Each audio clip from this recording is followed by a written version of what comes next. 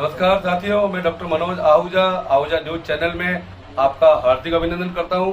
Ahuja news bulletin देखने से पहले हम आपको बता दें, हमारा न्यूज चैनल कोई प्रोफेशनल चैनल नहीं है। आपकी आवाज को उचित मंच तक पहुंचाना हमारी पहली प्राथमिकता है। आपको कानून की विशेष जानकारियां देना हमारा मुख्य उद्देश्य है। हमारे से जुड़े रहने के लिए आप हमारे न्यूज चैनल को अपने मोबाइल पर सब्सक्राइब करें।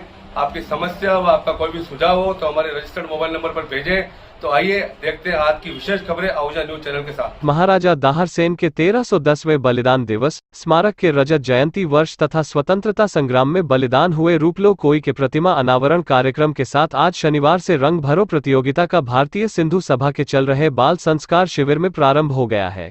कल 12 जून 2022 को होने वाले कार्यक्रम महाराजा दाहर सेन व सिंध के महापुरुष के विषय पर ऑनलाइन प्लेटफॉर्म पर राष्ट्रीय संगोष्ठी का सायं 4 बजे से आयोजन रखा गया है, जिसमें वक्ता के रूप में ओंकार सिंह जी लखावत, प्रोफेसर मधुर मोहन रंगा, प्रोफेसर BL बाधानी, प्रोफेसर SP व्यास, प्रोफेसर लक्ष्मी ठाकुर, डा हरीश बेरी, जितेंद्र जोशी, महेंद्र कुमार तीर्थानी रहेंगे व संचालन कंवल प्रकाश किशनानी करेंगे।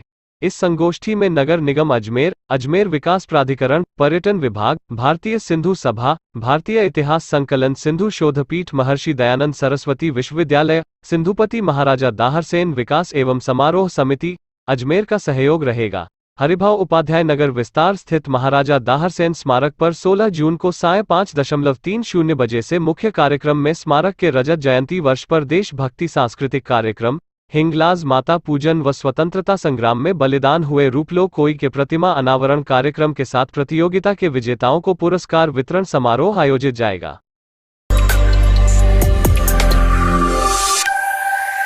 जब तक गरीब किसान का बेटा पढ़ लिख कर उस कुर्सी पर नहीं बैठेगा जहां से देश की नीतियां बनती है, तब तक देश का सही मायने में विकास संभव नहीं है।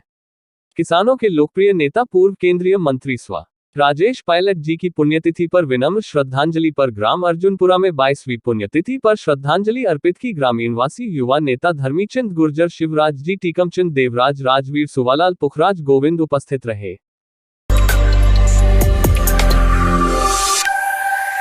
दैनिक भास्कर ब्यावर किशनगढ़ के डेस्क इंचार्ज एवं वरिष्ठ पत्रकार सुरेश जी कासलीवाल का जन्मदिन शनिवार दोपहर भास्कर परिवार ने दैनिक भास्कर कार्यालय में धूमधाम के साथ मनाया।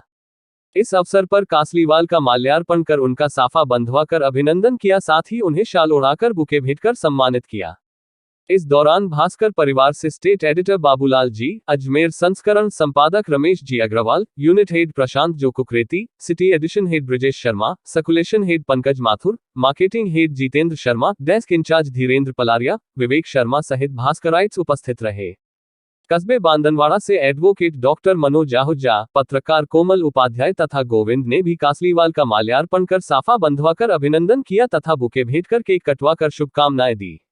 इस अवसर पर श्री कासलीवाल ने अपने संबोधन में कहा कि मेरी सफलता का राज मेरे कैप्टन है। मुझे शुरू से अच्छे संपादक मिले जिससे मैं खुलकर तथा ईमानदारी से पत्रकारिता कर सका। आज मैं खुश हूं कि मुझे मेरी ड्यूटी के साथ साथ जो चाहिए था वो मिला। मैंने 4 साल 6 महीने 21 दिन तक ब्यावर में भी काम किया है। उन्होंने कहा कि मैं आज भी सीख रहा हूं, कहने वाला व्यक्ति ही जीवन में आगे बढ़ता है। मतभेदों को धीरे धीरे दरकिनार करते चले। अभी मैं भास्कर में हूं, भविष्य में कहीं भी रहूं, मैं आप लोगों के सदैव साथ हूं और रहूंगा। सिटी डेस्क के संतोष त्रिपाठी ने अपने उद्बोधन में कहा कि डेस्क वर्कर होने के नाते हम अखबार के पेज को बारीकी से सजाकर आकर्षक, रोचक एवं परिपूर्ण बनते हैं। इसी तरह जिंदगी के हर रोल को बखूबी निभाने में माहिर हैं कासलीवाल जी जैसे अंदर हैं वैसे ही बाहर हैं। अपनी जिंदगी के पेज को संवारना भी कोई इनसे सीखे। सभी ने गर्मजोशी के साथ कटवा कर सुरेश कासलीवाल को जन्मदिन की शुभकामनाएं दी। शाम 3 बजे से 5 बजे तक उनके निज निवास स्थान पर भजन भाव का कार्यक्रम रखा गया, जिसके बाद स्नेह भोज में आए अतिथियों ने श्री सुरेश कासलीवाल का जन्मदिन धूमधाम से मनाया। वहीं कार्यक्रम में आज भामाशाह सुनील कावड़िया ने शनिवार शाम टीम कावड़िया सहित अजमेर पहुंचकर श्री सुरेश कासलीवाल का अभिनंदन किया, साथ ही केक कटवा कर उन्हें जन्मदिन की शुभकामनाएं दी।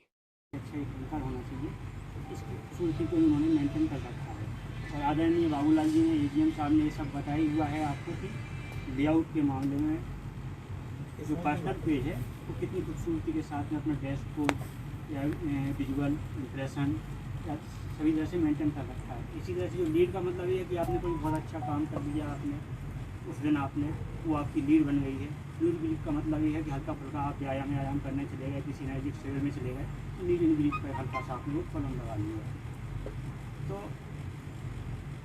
इसमें इन्होंने इनकी वो बिल्कुल से मास्टरी रही है और इसमें सफल रहे हैं और हम सबके लिए इसमें से बहुत कुछ सीखने की बात है।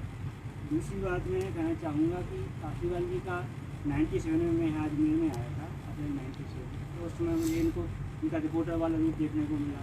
उसके बाद में आप ब्यावर में ब्यूरोशिप रहे 3-4 साल बाद, संयोग की बात। उसके बाद मैं वहाँ क्लस्टर हेड के रूप में गया था कि जैसे मान लीजिए 4 साल आप ब्यावर में रहे या 5 साल रहे, तो बहुत शानदार झंडे गाड़े इन्होंने और वहाँ का एक जो बेल अवेयरनेस पर्सन था वो काशीवाल जी का गुणगान करता था। लेकिन जब मैं वहाँ 3 साल रहा तो एक बार भी इनका फ़ोन नहीं आया कि भैया अमुक खबर को ऐसा कर दो या इसमें ये क्या कर दिया वो क्या कर दिया। यही चीज़ मैंने यहाँ पर भी देखी है। जैसे मान लीजिए अगर सिटी से रीजनल में गए तो कभी इक्का दुक्का आ गया हो, कहीं कोई संध्या वंदन हुआ हो, आरती महाआरती हुई हो तो कह दिया वो 4 लाइन की खबर लगा देना। तो उसके अलावा कभी कोई मैसेज नहीं आया ये वो खबर आई है गई है। इस क्या व्यक्ति ये सब देख के मुझे लग रहा है काश मेरा भी आजकल में होता है तो मैं भी इतने उसके आसपास अर्जित करने का हकदार बनता। अब मैं एक छोटी सी बात कहना चाहता हूँ कि एक शब्द आता है अपने उसमें लेआउट का आता है। हम ऑफिस में भी अपने यहाँ पे काम करने आते हैं तब यहाँ भी पेज बनाते हैं, 4 पेज बनाते हैं, 5 पेज बनाते हैं, 3 बनाते हैं और लगभग 4.5 स्क्वायर सेंटीमीटर का उसका स्पेस होता है। उसमें हाउस हेड लगे होते हैं, कारपोरेट हेड लगे होते हैं और बाकी जो जगह बचती है उसमें हम अपना पेज बनाते हैं। ऐसे ही एक पेज होता है जिसकी तरफ हमारा ध्यान नहीं जाता है, वो पेज हमारी ज़िंदगी का भी होता है। मतलब हर दिन वो पेज एक ज़िंदगी का पेज भी बनाते हैं। उस पर अंतर सिर्फ इतना होता है कि इसको 987 मान लीजिए आप, तो आप जितना घरेलू कामों में कंज्यूम कर रहे हो, अगर 24 घंटे का समय है और 9 घंटे उसमें दे रहे हो घरेलू कामों के लिए, ये मान लीजिए उस पेज पे ये इन हाउस हेड लग गया, उसमें आपको अपना पेज की रंग रूपरेखा बनाने का कोई मौका नहीं मिलेगा। एक फिक्स फॉर्मेट में रहेंगे आप। इसके बाद आप ऑफिस में काम करने के लिए आते हैं, लगभग 8 घंटे आपको यहाँ देना है, तो उस 24 घंटे में से 8 घंटे का एक कारपोरेट हेड लग गया। अब जो बाकी 7 घंटे का जो समय बचता है उसमें आप अपनी ज़िंदगी के पेज का लेआउट प्लान करते हैं। अखबार में भी जैसे लिखते हैं 20 साल 40 अंक 41 अंक 42 अंक, ऐसी ज़िंदगी में भी चलता है। जैसे मेरा है तो मैं 49 साल हो गए हैं और मेरा 21वां अंक है आज का दिन, तो उसका ही एक पेज होता है, उसकी प्रिंट लाइन के आपके पूरे होते हैं। काशीवाल जी के बारे में मुझे ये बात बहुत अच्छी लगती है कि इन्होंने बड़ी खूबसूरती के साथ में जितना पेज ऑफिस में आकर के सारे उसमें लीड भी है, एंकर भी है, फोटो भी अच्छा है, न्यूज ब्रीथ भी बहुत स्टेप लगी हुई है और जितने क्लास ऑफ वर्ग होते हैं उन सारे वर्गों को रिप्रेजेंट करते हुए उस पेज को सजाते संवारते हैं। ऐसे ही जो बचा हुआ हिस्सा जो 987 का मैंने बताया है ज़िंदगी का जो पेज हम बनाते हैं,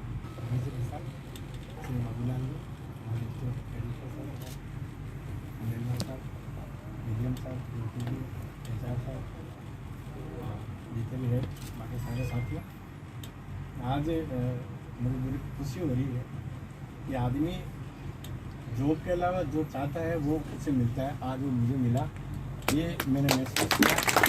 क्योंकि ये मेरे साथियों को भी कहता हूँ कि आप ईमानदारी से नौकरी करो, आपको किसी के साथ लड़ने की ज़रूरत नहीं।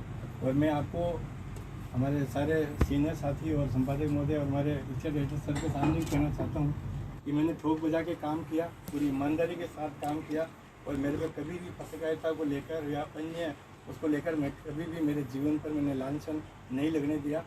मेरे पास भी खूब प्रलोभन आते थे और होते थे, लेकिन जिस खबर को मेरे को लिखना मैंने बिल्कुल ठोक के लिखा। और सबसे बड़ी बात मैं ये कहना चाहता हूँ कि मेरे को जो मेरे को ऊंचाई मिली, हमारे को जितने भी हमारे कप्तान मिले, कप्तान का मतलब हमारे संपादक जितने भी मिले वो सभी बहुत अच्छे मिले और हमको मतलब उनसे सीखने को बहुत कुछ मिला।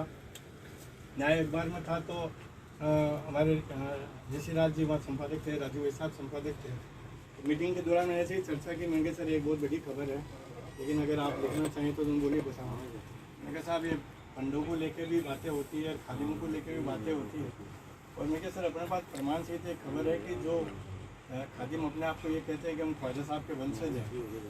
मेरे पास सर स्टोरी है कि ये ख्वाजा साहब के वंशज होना बहुत दूर की बात है, ये मुसलमान भी नहीं है और ये लाखा भील और टेका भील दो भाई थे, उनके औलाद है।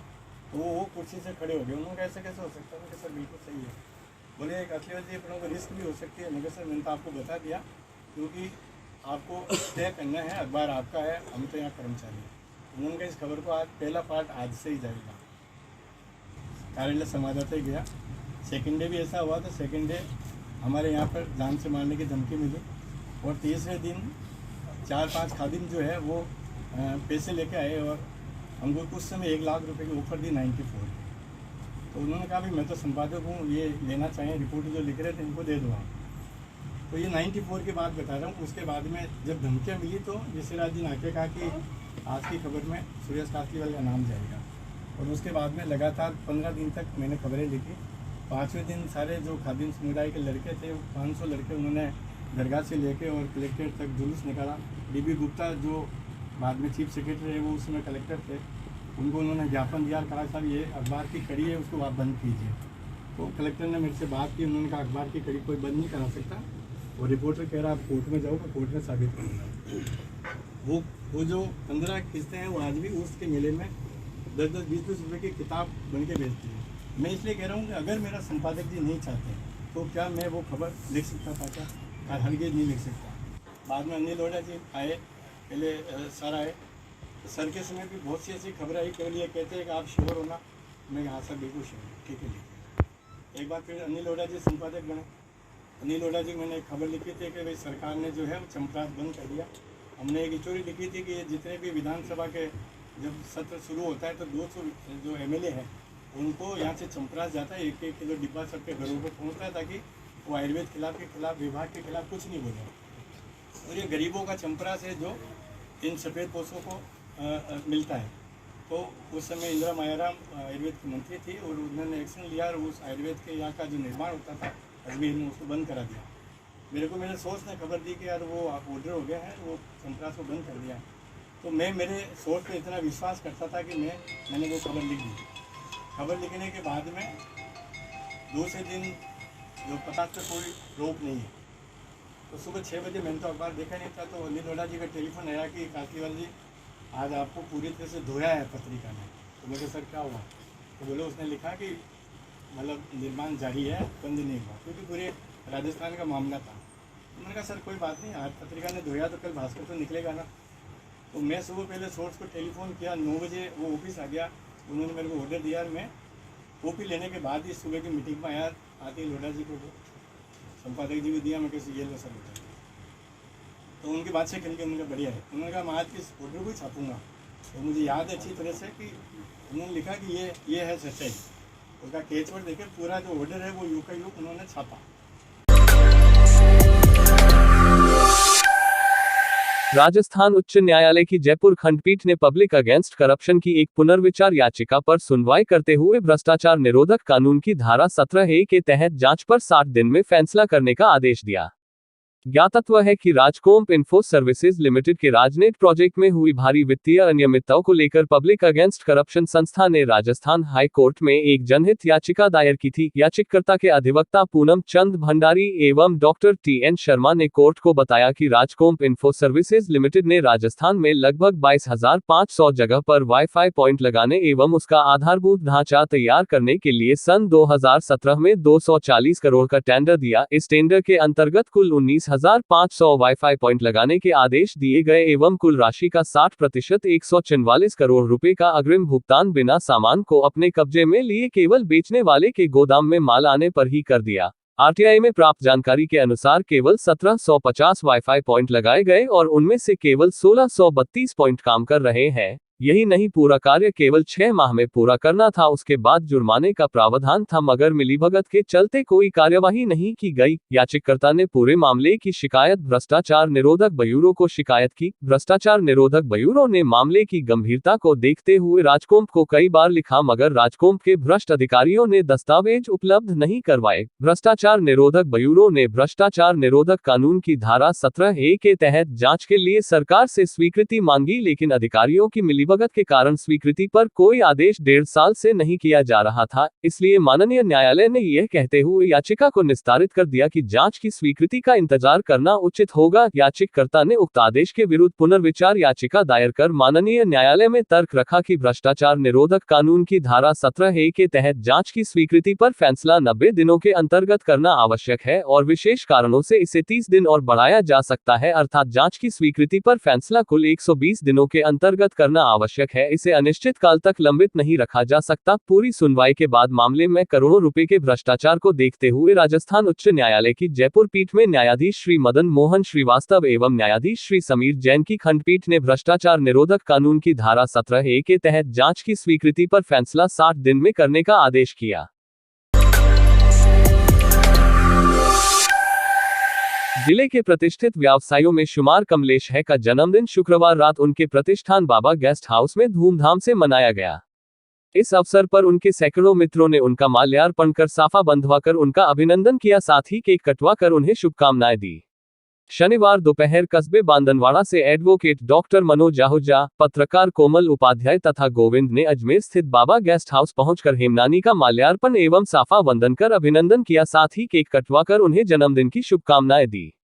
इस दौरान हेमनानी ने उनके उत्पाद श्री कृष्णा मसाला छाछ एवं श्री कृष्णा घी के मार्केट एवं मार्केटिंग प्लान सहित गुणवत्ता एवं शुद्धता के बारे में जानकारी दी। साथ ही उन्होंने डॉक्टर आहूजा को डेयरी प्लांट की विजिट करवाए हुए उत्पादों को तैयार करवाने के तरीके से रूबरू करवाया। इस दौरान डॉक्टर आहूजा के साथ विक्की हेमनानी, ज्योतिषाचार्य सोनी भी मौजूद रहे।